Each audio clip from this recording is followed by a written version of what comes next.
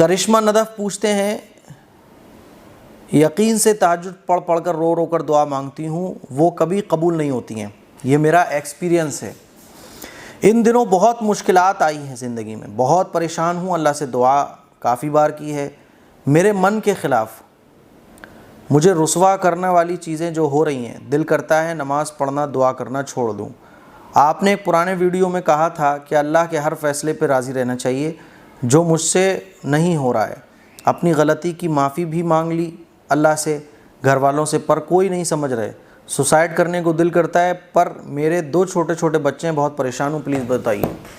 اللہ سے کبھی بھی مایوس نہیں ہونا چاہیے، اور اللہ کی محبت کو ایسے سمجھو کہ آپ کا بچہ اسکول نہیں جانا چاہتا، پھر بھی آپ اپنے بچے کو مار مار کے، پٹائی لگا لگا کے، وہ رو رہا ہوتا ہے لیکن پھر بھی ابا جو ہے نا ہاتھ پیر پکڑ کے اسکول چھوڑ کے آ رہے ہوتے ہیں، اور 6 گھنٹے 7 گھنٹے وہ اسکول میں بیٹھتا ہے، روزانہ رو دھو کے وہ اسکول جاتا ہے، ماں باپ زبردستی اس کو اسکول بھیج رہے ہوتے ہیں۔ اس وقت اگر بچے سے پوچھا جائے کہ تمہارے ماں باپ تو تم سے بڑی محبت رکھتے ہیں، وہ کہے گا میرے ماں باپ تو میرے سب سے بڑے دشمن ہیں، یہ مجھ سے محبت کچھ نہیں رکھتے ہیں، دیکھو میں تو روتا ہوں، تڑپتا ہوں، بے چین ہوتا ہوں، لیکن مجھے گھر سے صبح صبح اٹھا کے، میں سونے کا میرا من ہو رہا ہوتا ہے، میرا کھیلنے کا من ہو رہا ہوتا ہے، لیکن یہ مجھے زبردستی صبح صبح اٹھا کے، پکڑ کے، کھینچ کے 7 گھنٹے کے لیے اسکول کے ایک روم میں بند کر کے آ جاتے ہیں جہاں سے میں آ نہیں سکتا ہوں۔ تو میرے ماں باپ تو مجھ سے محبت ہی نہیں رکھ رہے ہوتے ہیں۔ ایسے ہی جب اللہ کی طرف سے ہماری چیزیں پوری نہیں ہوتی ہیں تو ہم بھی یہ سمجھ رہے ہوتے ہیں کہ اللہ ہم سے ناراض ہے،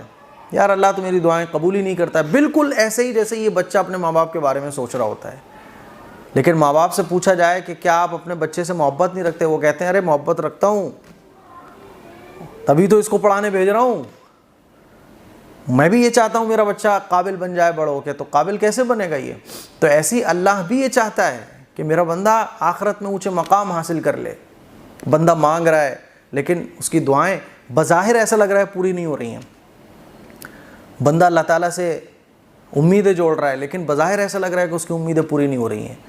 تو بالکل ایسے سمجھو جیسے وہ چھوٹا سا بچہ ماں باپ کی محبت کو نہیں سمجھ پا رہا ہوتا ہے، ایسے ہی کبھی کبھی ہم اللہ کی محبت کو نہیں سمجھ پا رہے ہوتے ہیں، کیونکہ آخرت کے وہ مقام جو ہمارے لیے بڑھ رہے ہیں اس کا ہمیں خیال بھی نہیں ہوتا۔ جیسے چھوٹا بچہ جب 8-10 سال اسکول جاتا ہے تو اس کو پتہ نہیں ہوتا ہے کہ 15 سال کے بعد 20 سال کے بعد میں اتنا بڑا آدمی بن جاؤں گا۔ تو ایسے ہی دنیا کے اندر ہمیں اندازہ نہیں ہوتا کہ اللہ تعالیٰ جو ہمارے اوپر یہ مشکلیں دے رہا ہے، ہم اللہ سے جڑ رہے ہیں، اللہ سے دعائیں مانگ رہے ہیں، لیکن ہماری جو چیزیں وہ پوری نہیں ہو رہی، جیسے اس بچے کی پوری نہیں ہوتی ایسی ہماری بھی نہیں ہو رہی ہیں۔ جیسے اس بچے کے رونے دھونے پر ماں باپ اس کی ضد کو پورا نہیں کر رہے، اللہ تعالیٰ بھی ہماری ضد کو پوری نہیں کر رہا ہے۔ تو اس بچے کو تو ہم سمجھانے کی کوشش کرتے ہیں، لیکن ہم بڑے ہو کر اگر اللہ تعالیٰ سے ہم مانگ رہے ہیں لیکن کچھ نہیں مل رہا ہے، اللہ تعالیٰ سے ہم امیدیں باندھ رہے ہیں لیکن پوری نہیں ہو پا رہی ہیں، تو ہم اللہ سے بدگمان کیوں ہو جاتے ہیں، اللہ سے مایوس کیوں ہو جاتے ہیں؟ ہمارے دل میں کیوں آنے لگتا ہے کہ یار دعائیں چھوڑ دوں، نمازیں چھوڑ دوں، اللہ سے مانگنا چھوڑ دوں؟ سمجھو، بالکل اس بچے کی طرح سمجھو، ہم جو بھی دعا مانگتے ہیں وہ پوری ہوتی ہے، مایوس بالکل نہیں ہونا۔ یہ دنیا دارالامتحان ہے، آخرت کے میدان میں ایک شخص آئے گا اور اس کو بڑے اونچے اونچے مقام ملیں گے، تو دنیا والے حیران ہو کر اس کو دیکھیں گے، اس کو اتنے بڑے بڑے مقام کیوں مل رہے ہیں؟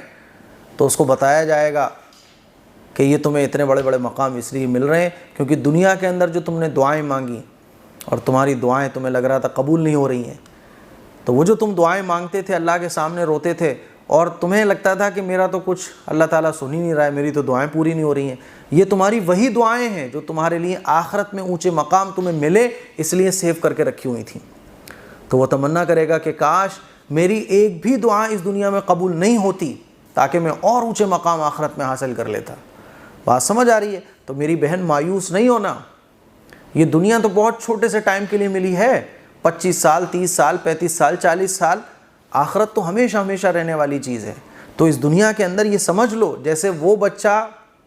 15-20 سال پڑھاتے ہیں اس کے ماں باپ زبردستی، کیوں؟ تاکہ وہ بڑا آدمی بن جائے۔ ایسے ہی اللہ تعالیٰ نے ہمیں اس دنیا میں بھیجا ہے اور بعض دفعہ اللہ تعالیٰ زبردستی ہم سے وہ کام کرواتے ہیں تاکہ ہمیں آخرت میں اونچے مقام مل جائے۔ تو اللہ سے ہر حال میں راضی رہنا ہے